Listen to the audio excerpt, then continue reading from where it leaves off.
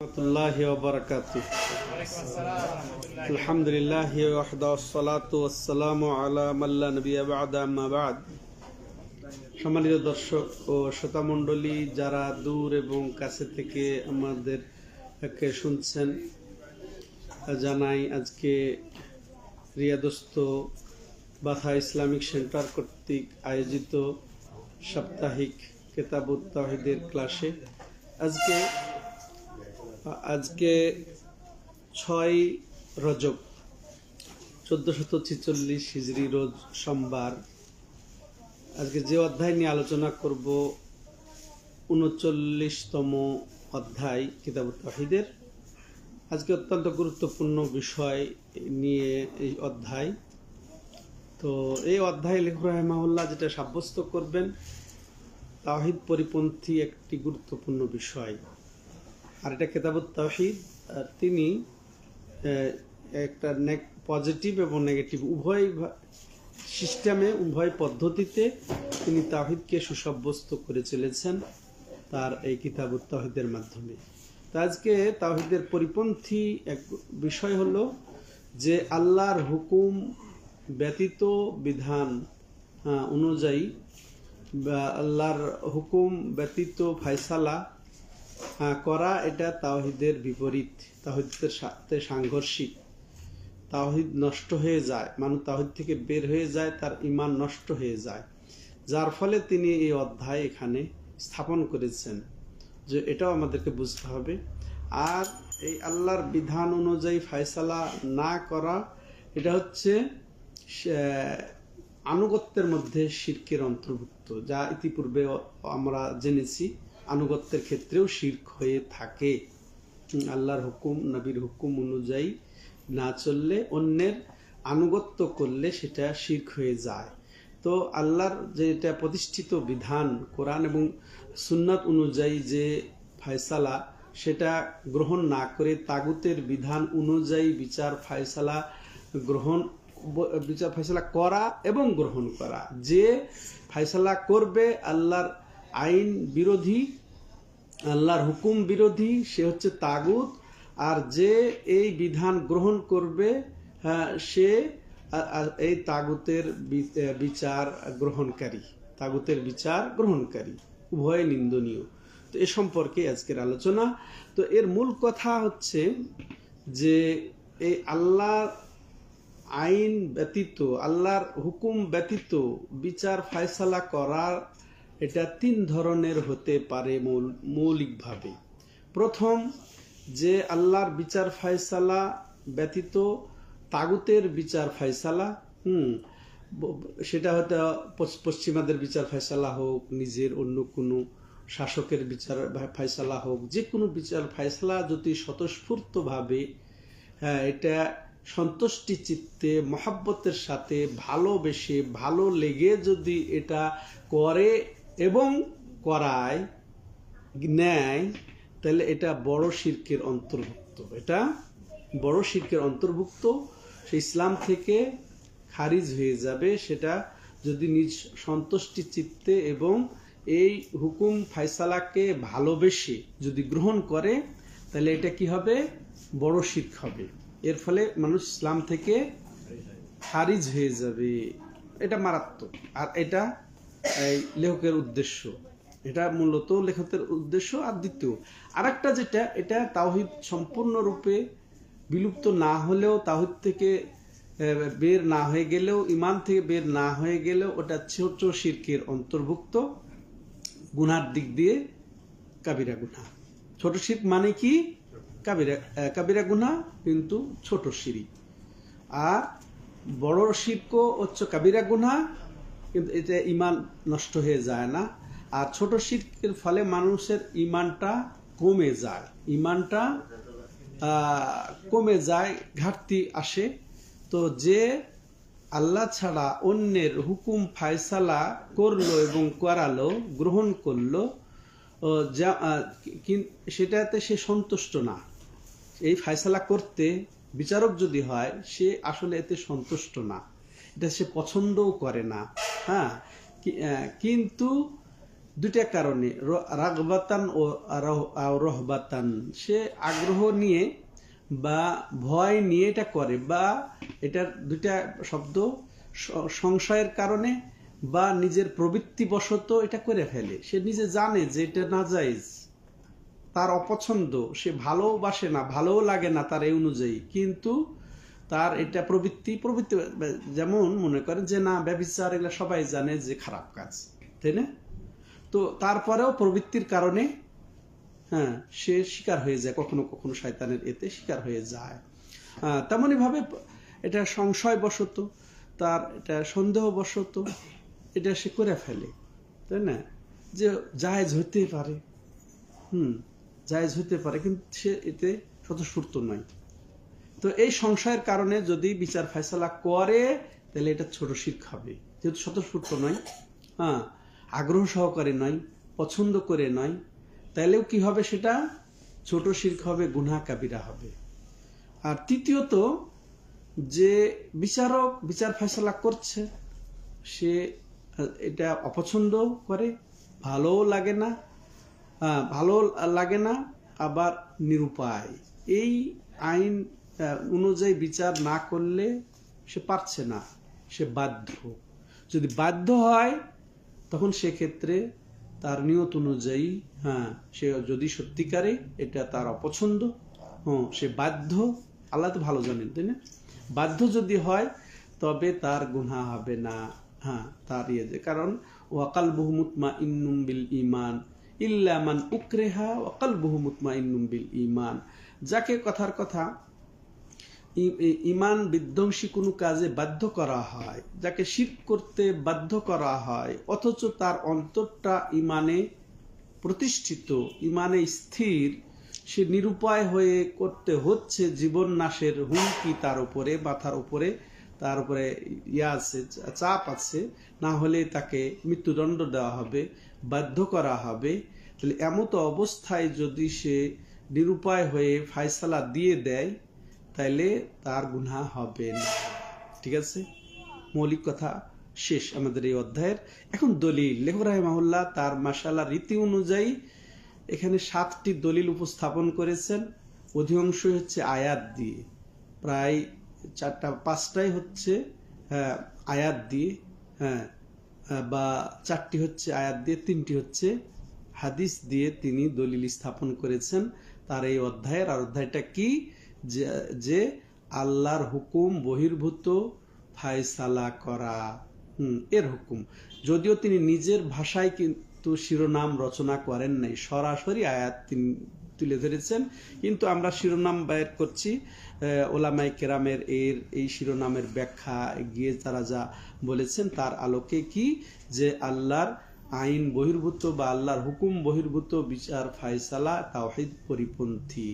তো দলিল প্রথম, তিনি সূরা নিসার 60 থেকে 62 নং আয়াত পর্যন্ত এই ক্ষেত্রে দলিল ইঙ্গিত করেছেন।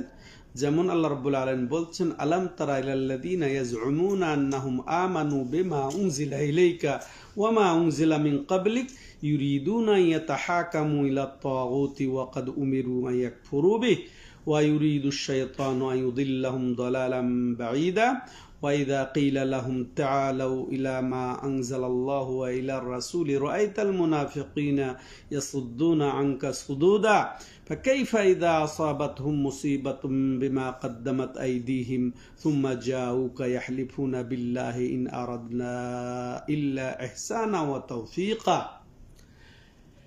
এখানে আল্লাহ কি বললেন যে হে নবী, আপনি কি তাদেরকে দেখেন নাই যে যারা যে দাবি করে, এখানে ধারণা করে বা দাবি করে কি যে আন্নাহুম আমানু, যে তারা ঈমান এনেছে। আল্লাহ তাদের এই ঈমানকে বলছে তারা দাবি করে, মানে আসলে তাহলে ঈমানদার নয়।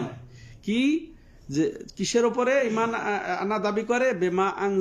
বেমা উনজিলা ইলাইকা ওয়া মা উনজিলা মিন ক্বাবলিক, তোমার উপরে এবং তোমার পূর্ববর্তী যে নবীদের উপরে, মুসা ঈসার উপরে যা কিছু অবতীর্ণ করা হয়েছে তার উপরে তারা ঈমানের দাবি করে। যারা ইউরিদুনা ইয়াতাহাকামু ইলা তাগুত, অথচ ইমানের দাবিদার হয়েও তারা তাগুতের বিচার ফায়সালার দিকে ধাবিত হয়, সেটাই চায়। ওয়াকাদ উমিরু ইয়াকফুরু বিহি, অথচ তাদেরকে তাগুতের ফায়সালা করতে বা ফায়সালার সাথে কুফরি করতে নির্দেশ দেওয়া হয়েছে। ওয়ায়ুরিদুশ শায়তানু আইয়ুদিল্লাহুম দালালাম বাঈদা, এর মাধ্যমে শয়তান আসলে কি চায়, এই সমস্ত লোকদেরকে যারা ইমানের দাবি করে মুখে আর তারা তাগুতের বিচার ফায়সালা চায়, তো এদেরকে আল্লাহ রাব্বুল আলামিন চায় যে একের কঠিন ভ্রষ্টতার দিকে নিক্ষেপ করতে। হ্যাঁ, এরপরে আয়াত আল্লাহ বলছেন ওয়াইদা কিলা লাহুম তাআলাউ ইলা মা আনজালাল্লাহ ওয়া ইলার রাসূল, যখন তাদেরকে বলা হয় যে তোমরা কি করো, আল্লাহর নাজিলকৃত বিধানের দিকে এবং রাসূল মা আনজালাল্লাহু ওয়া ইলার রাসূল, আল্লাহ রাব্বুল আলামিন মা আনজালাল্লাহ, আল্লাহ ওই দিকে আসো যা আল্লাহ রাব্বুল আলামিন নাজিল করেছেন, ওয়া ইলার রাসূল এবং রাসূলের দিকে। তাহলে দেখেন এখানে কোরআনের দিকে, ওয়াইলার রাসূল অর্থাৎ রাসূলের দিকে, অর্থাৎ সুন্নতের দিকে। এখানে যারা সুন্নতের অস্বীকারী, যারা হাদিস অস্বীকার করে, তাদের একটা জবাব রয়ে গেছে যে কার দিকে আসো, যে তোমরা আসো কোন দিকে, মা আনজালাল্লাহ, আল্লাহ যা নাজিল করেছেন, ওয়াইলার রাসূল, এবং রাসূলের দিকে আসো। তাহলে রাসূলের যেগুলা ফায়সালা, রাসূলের যেগুলা কর্ম, রাসূলের যেগুলা নির্দেশ, রাসূলের যেগুলা স্বীকৃতি, সেদিকে তোমরা এসো। কিন্তু আল্লাহ বলছেন ওয়াইলার রাসূলি রাআইতাল মুনাফিকিনা ইয়াসুদ্দুনা আনকা সুদুদা, অথচ হে নবী তুমি দেখবে মুনাফিকদেরকে যে তোমার থেকে এরা তাদেরকে বাধাগ্রস্ত করছে। হ্যাঁ, এই মুনাফিকদেরকে তুমি পাবে, দেখবে যে তারা তোমার থেকে তারা বিমুখ হচ্ছে বা বাধা দিচ্ছে তোমার এই দিন থেকে, তোমার এই হুকুম ফায়সালা থেকে।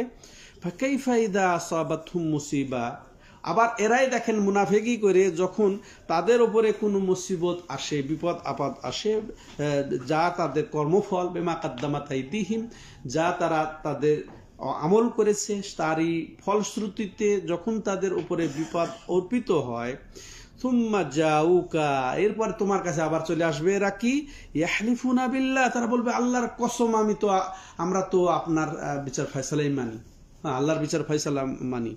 ইন আরাদনা ইল্লা ইহসানা ওয়া তাওফিকা, বরং মানুষের মধ্যে আমরা আসলে এটার দ্বারা সহমর্মিতা চাই, তাদের সুবিধা হবে এটাই চাই, হ্যাঁ, তাদের উপকার হবে, হ্যাঁ, এটাই চায়। দেখছেন মুনাফিকের অবস্থা আল্লাহ স্পষ্ট করে দিয়েছেন এখানে সূরা নিসার 60 থেকে 61, 62 নম্বর আয়াতে।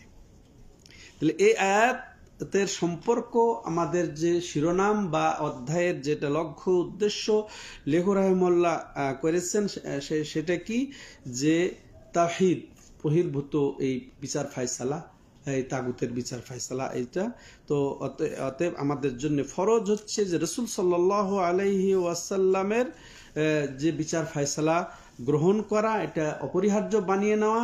আর এটাই হচ্ছে কালেমায়ে শাহাদাতাইন, অর্থাৎ আশহাদু আল্লা ইলাহা ইল্লাল্লাহ ওয়া আন্না মুহাম্মাদার রাসূলুল্লাহ, এই সাক্ষ্যের দাবি যারা আমরা এই সাক্ষ্য দেব যে আল্লাহ ছাড়া আমাদের সত্য কোনো মাবুদ নেই, মুহাম্মদ আল্লাহর রাসূল।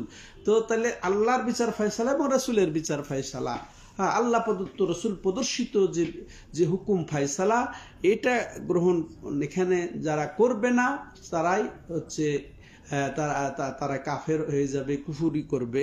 হ্যাঁ, তো এটাই হচ্ছে এই অধ্যায়ের সাথে তার সম্পর্ক। তাহলে যারাই এই কালেমা শাহাদাতের স্বীকৃতি দেবে, যদিও তারা মুখে স্বীকৃতি দেয় কিন্তু কার্যত তারা যদি না মানে, তাহলে তাদের এটা অন্তর্ভুক্ত। বা তারা যদি এই আল্লাহর হুকুম ফায়সালা থেকে সরে গিয়ে এই যে গায়রুল্লাহর অর্থাৎ তাগুতের বিচার ফায়সালা হয়, তাদের এই সাক্ষ্যের কোনো মূল্য নেই আশহাদু আল্লা ইলাহা ইল্লাল্লাহ, বরং তারা এই সাক্ষ্যকে মিথ্যা আরোপ করলো, মিথ্যা প্রতিপন্ন করলো, বা তারা এটা আসলে মৌখিকভাবে বলল ঠিকই, কিন্তু কার্যত তারা আমল না করে তারা মুনাফিকি করলো। এটাই আমাদের এই অধ্যায়ের সাথে এই আয়াতের সামঞ্জস্য। সম্মানিত দর্শক ও শ্রোতা মণ্ডলী, আসেন তাইলে আমরা এই আয়াতগুলোর থেকে যা শিখলাম সেটা আমরা স্পেশালভাবে জানি, শিখি। সেটা কি, যে এখান এই আয়াত দ্বারা আমরা পাচ্ছি যে আল্লাহর কিতাব অনুযায়ী রাসূল সাল্লাল্লাহু আলাইহি ওয়াসাল্লামের সুন্নত অনুযায়ী বিচার ফায়সালা করা আমাদের জন্য ফরজ। হ্যাঁ, এটা যে বিচারক তার জন্য ফরজ, এবং বিচার গ্রহণ যারা করব আমরা তাদের জন্য এটাই ফরজ, এবং এর উপরেই সন্তুষ্ট হতে হবে, এটাকে শিরোধার্য করা আমাদের জন্য ফরজ। প্রথম মাসআলা আমরা এটা পেলাম, প্রথম উপকারিতা উপদেশ আমরা এটা পেলাম। দ্বিতীয়ত, যে ইসলামী শরীয়ত বহির্ভূত বিচার ফায়সালা নেওয়া, এটা মুমিনের জন্য অবশ্যই এটা জায়েজ নেই, সে মুমিন হতে পারে না। হ্যাঁ, যে শরীয়ত বহির্ভূত বিচার ফায়সালা করবে এবং নেবে স্বতঃস্ফূর্তভাবে, সন্তুষ্ট চিত্তে, ভালোবেসে, সে মুমিন থাকতে পারে না। হ্যাঁ, সেটা যতই সে এতে হোক না কেন, তার পার্থিব কোন স্বার্থে হোক না কেন, যেটা বললাম তিনটা জিনিস ওটা মনে রাখতে হবে। ওইটা ছাড়া যতই কোনো যুক্তি দেখ না কেন সেটা গ্রহণযোগ্য হবে না। তৃতীয়ত, আমরা এই আয়াতগুলি দ্বারা যেটা বুঝতে পারলাম যে আল্লাহর হুকুম যা আল্লাহ রাব্বুল আলামিন অবতীর্ণ করেছেন এই অনুযায়ী বিচার ফায়সালা করা, এটা হচ্ছে তাগুতের বিচার ফায়সালা। এটা তাগুতের বিচার ফায়সালা করা, আর সে হচ্ছে তাগুত। আর যে এই অনুযায়ী বিচার ফায়সালা গ্রহণ করবে, হ্যাঁ, সে হচ্ছে তাগুত অনুযায়ী বিচার ফায়সালা গ্রহণকারী। তাগুত অনুযায়ী, তাগুতের বিধান অনুযায়ী, হুকুম অনুযায়ী বিচার ফায়সালা গ্রহণকারী সে যদিও নিজেকে যে নামেই আখ্যায়িত করুক না, মুমিন বলুক না কেন, হ্যাঁ, সে যে নামে। চতুর্থত, যে বিষয়টা আমরা এই আয়াতগুলি থেকে জানতে পারলাম যে কুফুরের তাগুতের সাথে অবশ্যই আমাদেরকে কুফুরি করতে হবে, এটা আমাদের জন্য ফরজ। তাগুতের সাথে, তাগুতের বিচার ফায়সালার সাথে আমাদেরকে কুফুরি পোষণ করতে হবে। তেমনি আমরা জানলাম যে শয়তানের চক্রান্ত থেকে অবশ্যই আমাদেরকে সতর্ক থাকতে হবে। এখানে সতর্ক করা আছে আয়াতগুলি দিয়ে। আল্লাহ রাব্বুল আলামিন আমাদেরকে শয়তানের চক্রান্ত থেকে, শয়তান যে বাধা দেয়, হ্যাঁ, আল্লাহর ফায়সালা এবং রাসূলের ফায়সালা থেকে, হ্যাঁ, এটা বাধা দেয়, এর থেকে আমাদেরকে অবশ্যই সতর্ক থাকতে হবে। হক গ্রহণ করতে, হক ফায়সালা করতে এটা শয়তান বাধা দেয়, এতে আমাদেরকে অবশ্যই সতর্ক থাকতে হবে। আরো যেটা আমরা জানলাম এই আয়াতগুলি থেকে যে আল্লাহ রাব্বুল আলামিনের বিধান অনুযায়ী, হুকুম অনুযায়ী বিচার ফায়সালার দিকে আল্লাহ রাব্বুল আলামিন যেহেতু ডেকেছেন, এর দিকে সাড়া দেওয়া, এটার আত্মসমর্পণ করা, এটাকে শিরোধার্য করা আমাদের জন্য ফরজ। হ্যাঁ, আর এর থেকে মুনাফিকই দূরে থাকে, হ্যাঁ, বা বিমুখ থাকে, এটাও আমরা শিখতে পারলাম এই আয়াত দ্বারা। তেমনি ভাবে এটাও আমরা জানতে পারি যে যদি আল্লাহর বিচার ফায়সালা থেকে যদি কেউ বিচ্ছিন্ন হয়ে যায়, আর ওজোর এখানে সাধারণভাবে চলবে না, যেটা আমরা বলেছি সেইভাবে যদি হয় সেটা ওজোর গ্রহণযোগ্য। আল্লাহু আলাম। এরপরে লেখক রাহিমাহুল্লাহ আরো যে দলিল পেশ করছেন আয়াত দিয়ে, সেটা হচ্ছে ওয়াইদা কিলা লাহুম লা তুফসিদু ফিল আরদি ক্বালু ইন্নামা নাহনু মুসলিহুন। সূরা বাকারার 11 নম্বর আয়াতে এখানে মুনাফিকদের চরিত্র তুলে ধরে আল্লাহ রাব্বুল আলামিন বলছেন যে যখন এই লোকদেরকে, অর্থাৎ এই মুনাফিকদেরকে বলা হবে যে লা তুফসিদু ফিল আরদ, হ্যাঁ, যে তোমরা এই গুনাহতে লিপ্ত হও না, তোমরা আল্লাহ প্রদত্ত, রাসূল প্রদর্শিত এই যে হুকুম ফায়সালা, এর থেকে তোমরা বিমুখ হইও না। এর থেকে বিমুখ হইও না। আল্লাহ ব্যতীত অন্য হুকুম অনুযায়ী বিচার ফায়সালা করাটাই হচ্ছে বড় ফাসাদ। বড় ফাসাদ এই দুনিয়ার বুকে। তোমরা এই ধরনের ফাসাদ করো না, বা শিরক করে, গুনাহ করে তোমরা ফাসাদ করো না এই জমিনের বুকে। আল্লাহ কি বলে তা শুনবেন, ক্বালু ইন্নামা নাহনু মুসলিহুন, বরং আমরা ফাসাদকারী নই, বরং এইরকম দিয়ে আমরা এই সিস্টেম, এই পদ্ধতি গ্রহণ করে বা এর অনুযায়ী ফায়সালা করে আমরা আসলে সংশোধন চাই। হ্যাঁ, আমরা আসলে সমাধান চাই, এটা তাদের দাবি। হ্যাঁ, আর তো আল্লাহ রাব্বুল আলামিন এটাকেই কুফরি বলেছেন, এটা তাগুতি বিধান বলেছেন। তাহলে এই আয়াত দ্বারা যেটা আমরা বুঝলাম যে এটাও যে অধ্যায়ের সাথে সম্পর্ক স্পষ্টই, যে আল্লাহ প্রদত্ত, রাসূল প্রদর্শিত হুকুম এর বহির্ভূত ফয়সালা করে তারা এই জমিনে বিপর্যয় সৃষ্টি করে, ফাসাদ সৃষ্টি করে, আর সেটাই হচ্ছে তাওহীদ পরিপন্থী বিষয়। এটা আমরা এর সাথে আমরা যুক্ত পেলাম বিষয়টার সাথে। এরপরে আমরা এর দ্বারা কি উপকার পাচ্ছি এই আয়াতটির দ্বারা, যে যে মানব রচিত যত মতবাদ, যত নিয়ম কানুন, এগুলা অনুযায়ী বিচার ফায়সালা করার ক্ষেত্রে সতর্কতা পাচ্ছি।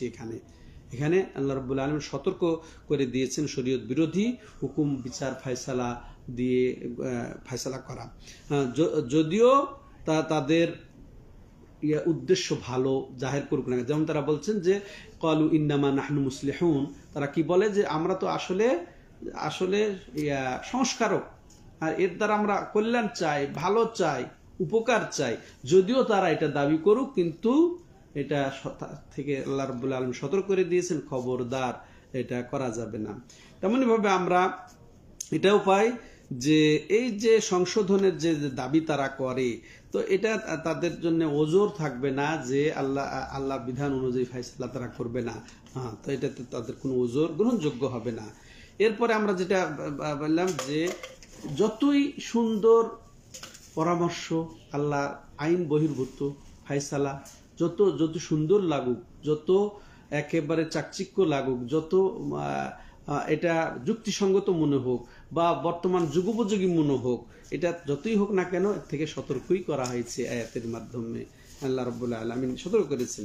তেমনি ভাবে এখানে বোঝা যাচ্ছে যে কিছু অন্তর আছে ব্যাধিগ্রস্ত অন্তরেরই দ্বারা এই সব আচরণ হয়ে থাকে, বিচার ফায়সালা করা এবং গ্রহণ করা। তো এটা বাতিলি। তেমনি ভাবে যে অনেক সময় ভালো নিয়ত হলেও শরীয়ত বিরোধী হয়ে গেলে সেটা গ্রহণযোগ্য নয়। নিয়ত ভালো হলেও সেটা গ্রহণযোগ্য নয়। নিয়ত ভালো হলে, ইখলাস হলে পদ্ধতি তো আল্লাহ এবং তার রাসূলের পরিপন্থী পদ্ধতি হচ্ছে শরীয়ত পরিপন্থী। নিয়ত ভালো থাকলেও ওই যে মুসলিহ, তারা বলছে আমরা যা আসলে ভালোই চাই, জনগণের সেবাই চাই, জনগণের স্বার্থই চাই, আমরা জনগণের কল্যাণ চাই। এরকমই তো বিচার ফায়সালা চলছে আজকে, তাই না? সংসদীয় যেগুলা নিজে তৈরি করে যেগুলা করে, সেটা ওরা কি চায়? জনকল্যাণই এগুলা করতে চায়।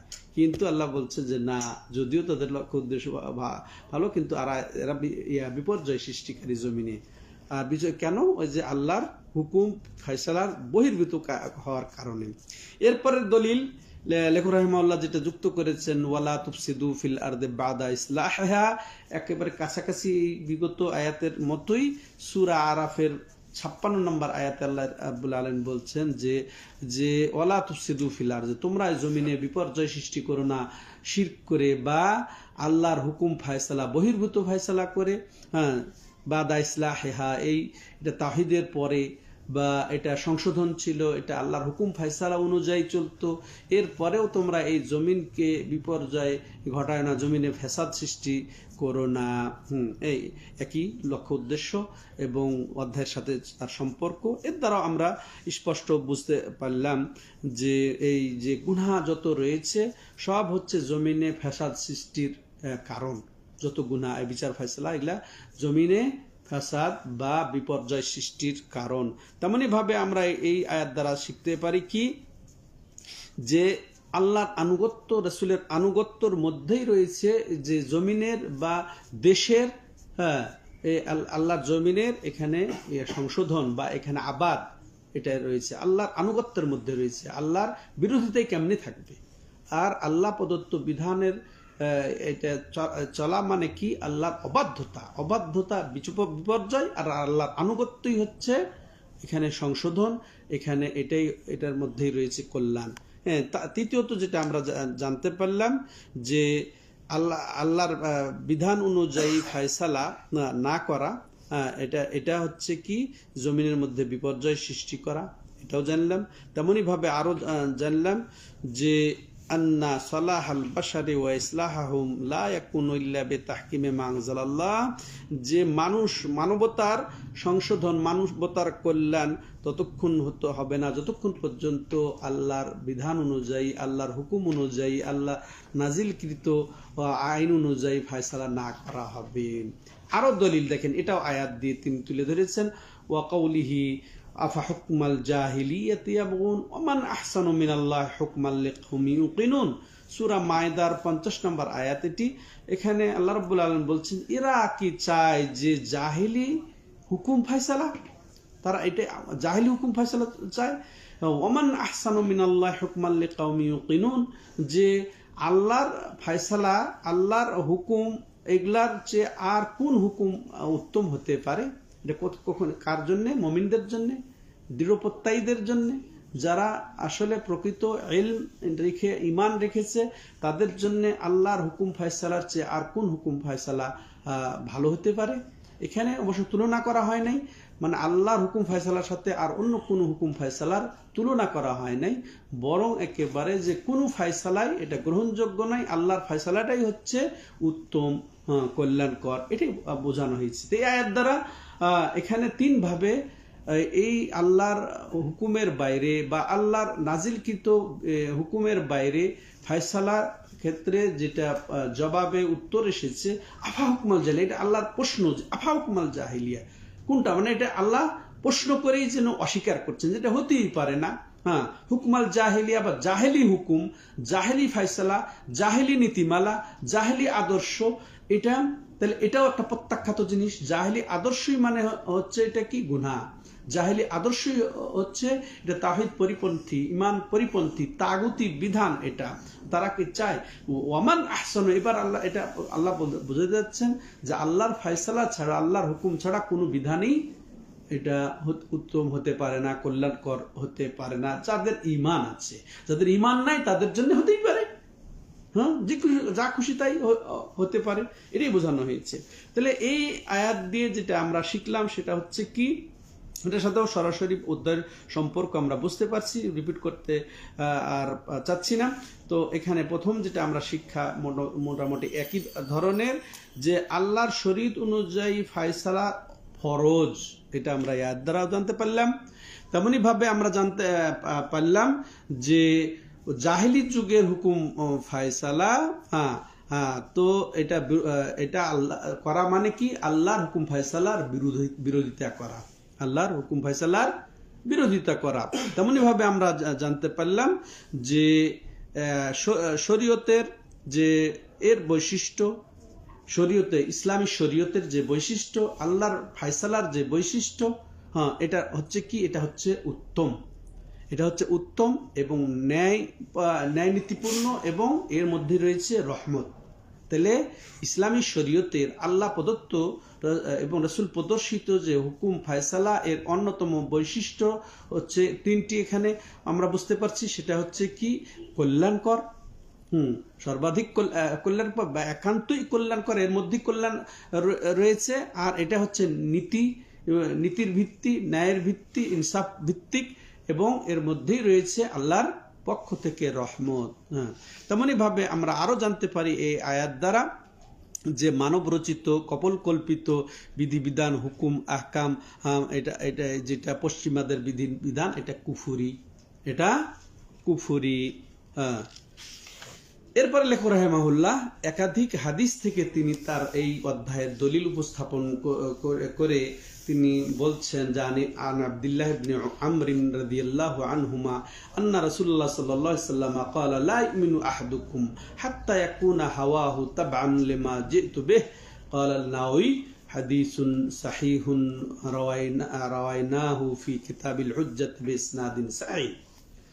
তো হাদিসটি আব্দুল্লাহ ইবনে আমর রাদিয়াল্লাহু আনহুমা থেকে বর্ণিত। তো এই হাদিসটির সনদ দুর্বল হলেও এর আবার সাপোর্ট আছে, এর মর্মটা সঠিক। শব্দগত দিক, এটা সনদের দিক দুর্বল হলেও এর যেটা তথ্য এই হাদিস থেকে পাওয়া গেছে বা এর মর্মটা, এটা হচ্ছে দলিল ভিত্তিক, অর্থাৎ আয়াতের দলিল ভিত্তিক। হ্যাঁ, যেমন এই মর্মে হাদিসটির আগে অর্থ আমি বলি। তো আব্দুল্লাহ ইবনে আমর রাদিয়াল্লাহু আনহুমা বলছেন যে রাসূলুল্লাহ সাল্লাল্লাহু আলাইহি সাল্লাম বলেন যে তোমাদের মধ্যে কেউ মুমিন হতে পারবে না যতক্ষণ পর্যন্ত তার প্রবৃত্তি আমি যা নিয়ে অবতীর্ণ হয়েছি, আমি যা নিয়ে প্রেরিত হয়েছি, তার উপরে তার আত্মাটা যদি সেই দিকেই সীমাবদ্ধ না থাকে, অন্যদিকে ধাবিত না হয়ে যতক্ষণ পর্যন্ত আমি যা নিয়ে অবতীর্ণ হয়ে প্রেরিত হয়েছি বা আমার উপরে যা অবতীর্ণ হয়েছে তার দিকে যদি ধাবিত না হয় বা স্থায়ী না থাকে, সে তোমাদের মধ্যে কেউ মুমিন হতে পারবে না। তাহলে এর মাফহুম হচ্ছে ফালা রাব্বিকা লা ইউমিনুনা হাত্তা ইউহাক্কিমুকা ফীমা শাজারা বাইনাহুম সুম্মা লা ইয়াজিদু ফি আনফুসিহিম হারাজাম মিম্মা কাদাইতা ওয়া ইউসাল্লিমু তাসলিমা। সূরা নিসার 65 নম্বর আয়াতের যেটা মর্ম আর এই হাদিসের যেটা মর্ম এক, যদিও এখানে সনদে দুর্বলতা রয়েছে। তো এই জন্য লেখক রাহিমাহুল্লাহ এটা দিয়ে দলিল উপস্থাপন করেছেন। আর আয়াতে বলছে কি, যেটা এটা হাদিস তো বললাম, আয়াতের মর্ম হচ্ছে যে আল্লাহ রাব্বুল আলামিন এখানে জোরালো ভাবে তাকিদ আরোপ করে বলছেন যে আগে অস্বীকৃতি যে হতেই পারে না, অসম্ভব, অরব্বিকা, হে নবী আপনার রবের কসম, লা ইউমিনুন তারা মুমিন হবে না যতক্ষণ হাত্তা ইউহাক্কিমুকা ফীমা শাজারা বাইনাহুম, যতক্ষণ পর্যন্ত তাদের পরস্পরে যে ক্ষেত্রে মতবিরোধ হবে ওই ক্ষেত্রে তোমাকে ফায়সালাকারী মেনে না নি, ফায়সালাকারী মেনে নিতে হবে। তাইলে তাগুতের ফায়সালা যেতে পারা যাবে না, নবীর ফায়সালাকেই আমাদেরকে শিরোধার্য করতে হবে। সুম্মা লা ইয়াজিদু ফি আনফুসিহিম হারাজাম মিম্মা কাদাই, তুমি এরপরে তুমি যা ফায়সালা করে দিলে এতে তারা নিজে কোনো রকমের মনে দ্বিধাদ্বন্দ্ব পাবে না, কোনো রকম অসুবিধা বোধ করবে না যে এখন বর্তমানে এটা যুগোপযোগী নয় বা এটা আসলে আমার মনোভূত হচ্ছে না, আমাদের দলের মনোভূত হচ্ছে না, আমাদের গোষ্ঠীর মনোভূত হচ্ছে না, এটা এখন সেকেলে এইরকম কোনো রকমের মনে অসুবিধা বোধ করবে না, বরং শিরোধার্য করবে কেমন ভাবে, মিম্মা কাদাইত ওয়া ইউসাল্লিমু তাসলিমা, যতক্ষণ পর্যন্ত তারা মানার মতো না মেনে নিতে পারবে তোমার ফায়সালাকে। চরম একেবারে চপাটাঘাত বর্তমান মানব রচিত যত বিকুম ফায়সালা আছে, নবীর ফায়সালার যদি বিপরীত হয় তাহলে তার ঈমানকে আল্লাহ রাব্বুল আলামিন নাকচ করে দিয়েছেন এখানে। আর হাদিসও এটাই বলছেন যে তোমাদের কেউ মুমিন হতে পারবে না যতক্ষণ পর্যন্ত তার অন্তরটা আমি যা নিয়ে অবতীর্ণ হয়েছি তার তাবে না হয়ে যাবে। তাবে যতক্ষণ পর্যন্ত না হয়ে যাবে ততক্ষণ মুমিন হতে পারবে না। ঠিক আছে? তাহলে এখানে দুই প্রকারই হতে পারে। আমরা শুনলাম কি, আল্লাহ প্রদত্ত হুকুম ফায়সালার বহির্ভূত, এটা প্রথম দুই প্রকার, যেটা যে ওই তো বললাম স্বতঃস্ফূর্ত ভাবে একেবারে ইখতিয়ার মানে মহব্বত করে ফায়সালা করবে আর নিবে, কাফেরও হয়ে যেতে পারে। আল্লাহ রাসূলের যে আমি তো যা কিছু নিয়ে যদি না সে তাবে না হয়ে যায়, তেমনি ভাবে যদি নাও হয়, যদি ওই তো বললাম যে তার প্রবৃত্তিগত কারণে হয়ে থাকে বা সংশয়ের কারণে হতে থাকে, তবুও সে ছোট শিরকে পতিত হবে। সম্মানিত দর্শক শ্রোতা মণ্ডলী, লম্বা হয়ে যাচ্ছে যদি ফায়সালা আসলে এই অধ্যায়গুলা ঠিক মতো আবার না করলেও কি হচ্ছে না। তেমন এই হাদিস থেকে যেটা আমরা বুঝতে পারলাম সেটা কি, যে রাসূল সাল্লাল্লাহু আলাইহি সাল্লাম যা নিয়ে এসেছেন তার প্রতি মহব্বত করা আমাদের জন্য ফরজ। সেটা আকিদার বিষয় হোক, মানহাজের বিষয় হোক, আমলের বিষয় হোক, বিশেষ করে শরীয়তি ফয়সালার বিষয় হোক, সবকিছুই উপরে আমাদের মহব্বত থাকতে হবে। মহব্বত না থাকলে অন্যদিকে যদি আমাদের অন্তরটা মাইল হয়ে যায়, ধাবিত হয়ে যায়, কুফরি হয়ে যাবে, নাউজুবিল্লাহ। তেমনি ভাবে যে এর বিপরীত ঠিক, যে শরীয়ত পরিপন্থী যেগুলা বিষয় এর প্রতি আমাদের ঘৃণা পোষণ করা, এগুলাকে প্রত্যাখ্যান করা আমাদের জন্য ফরজ। যে রাসূল যা কিছু শরীয়ত নিয়ে এসেছে এবং তার থেকে দূরে থাকাও আমাদের জন্য ফরজ। প্রত্যাখ্যান করা ফরজ এবং দূরে থাকাও ফরজ। তেমনি ভাবে ওদের ঈমানকে এই আয়াত বা এই হাদিস দ্বারা এখানে নাকচ করা হয়েছে, যাদের অন্তরটা যে রাসূল সাল্লাল্লাহু আলাইহি সাল্লাম যা নিয়ে অবতীর্ণ প্রেরিত হয়েছেন বা যা তার কাছে অবতীর্ণ হয়েছেন, যদিও সে আমল করে কিন্তু তার বিরুদ্ধাচরণ যদি করে বা বিরুদ্ধে ফায়সালা দেয়, তাহলে সে রাসূলের বিধিবিধান অনুযায়ী ফায়সালা বা অন্য না করে অন্য যদি করে, যদিও সে অন্য আমলও করে, তাহলে সেটা কি হবে, তার ঈমান থাকবে না, ঈমান প্রত্যাখ্যাত। সম্মানিত দর্শক শ্রোতা মণ্ডলী, এরপরে যা হোক আরেকটা এই যে আয়াত যেটা আমরা প্রথম দিয়ে শুরু করেছি অধ্যায়, ওই আয়াতের শানে নজুল ও তিনি উল্লেখ করে বলছেন ওয়াকালা শাআবি, তিনি একজন মাশাআল্লাহ নির্ভরযোগ্য বর্ণনাকারী, কানা বাইনা রাজুলিন মিনাল মুনাফিকিনা ওয়া রাজুলুম মিনাল ইয়াহুদি খুসুমা ফাকালা আল ইয়াহুদ নাতাহাকাম ইলা মুহাম্মদ ইলা আখিরিল হাদিস। চমৎকার। ওই যে আয়াত যে বললাম ওই যে প্রথমে যেটা আয়াত আপনাদেরকে শুনালাম সূরা নিসার 60 থেকে 62 নম্বর আয়াত, যে আলাম তারা ইলাল্লাযিনা ইয়াজউমুনা আন্নাহুম আমানু, যে এই আয়াতের শানে নজুল হিসেবে এখানে এটা বর্ণনা যে একজন ব্যক্তি মুনাফেক, একজন ব্যক্তি আর একজন ইহুদি ব্যক্তি, এটা চমৎকার ঘটনা। একজন মুনাফেক আর একজন ইহুদি, দুইজনের মধ্যে বিবাদ লেগেছে, দুজনের মধ্যে বিবাদ লেগেছে। মুনাফেক বলছে, ইহুদি বলছে যে আমরা মুহাম্মদের কাছে এর ফয়সালা নেব, আর মুনাফেক কি বলছে যে না, যে আমরা,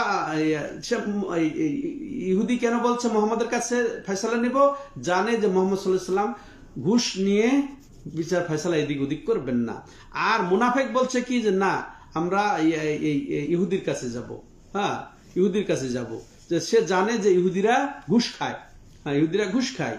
তো তারা উভয় শেষ পর্যন্ত কি হলো, যখন মতনৈক্য হয়ে গেল, তো শেষে তারা ইত্তেফাক হলো যে একজন জ্যোতিষীর কাছে যাবে, একজন জাদুঘরের কাছে যে ফয়সালা নিবে, হ্যাঁ যে জোহাইনা কাবিলা ফায়াতাহা কামা ইলাইহি, তো ওই যে জ্যোতিষীর কাছে জাদুঘরের কাছে যাইয়া ফয়সালা নিল, আয়াত নাজিল হলো আলাম তারা ইলাল্লাযিনা ইয়াজউমুন।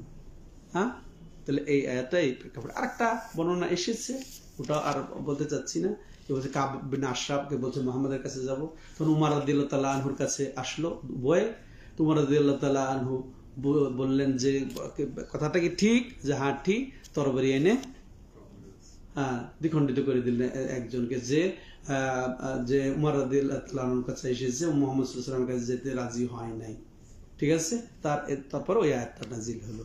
তো এর দ্বারা আমরা স্পষ্ট হলাম যে আল্লাহ প্রদত্ত, রাসূল প্রদর্শিত যে হুকুম ফায়সালা, এটা স্বতঃস্ফূর্তভাবে গ্রহণ না করতে পারলে এটা কুফরি, এটা শিরক, এটা তাওহীদ বিচ্যুতি, আর এটা পোষণ করাটাই হচ্ছে তাওহীদ, ঈমান, নাহলে ঈমান থাকবে না, কুফরি, এটা হচ্ছে মূল কথা।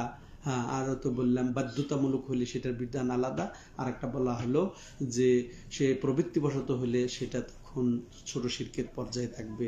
আল্লাহ রাব্বুল আলামিন আমাদেরকে বুঝে আনুগত্যের মধ্যে তাওহীদ প্রতিষ্ঠিত করার তৌফিক দান করেন, এই শিরক থেকেও আল্লাহ আমাদেরকে রক্ষা করেন। আল্লাহ রাব্বুল আলামিন পুরা তাওহীদকে আমাদেরকে বুঝার তৌফিক দান করেন, আমাদেরকে ক্ষমা করে দেন।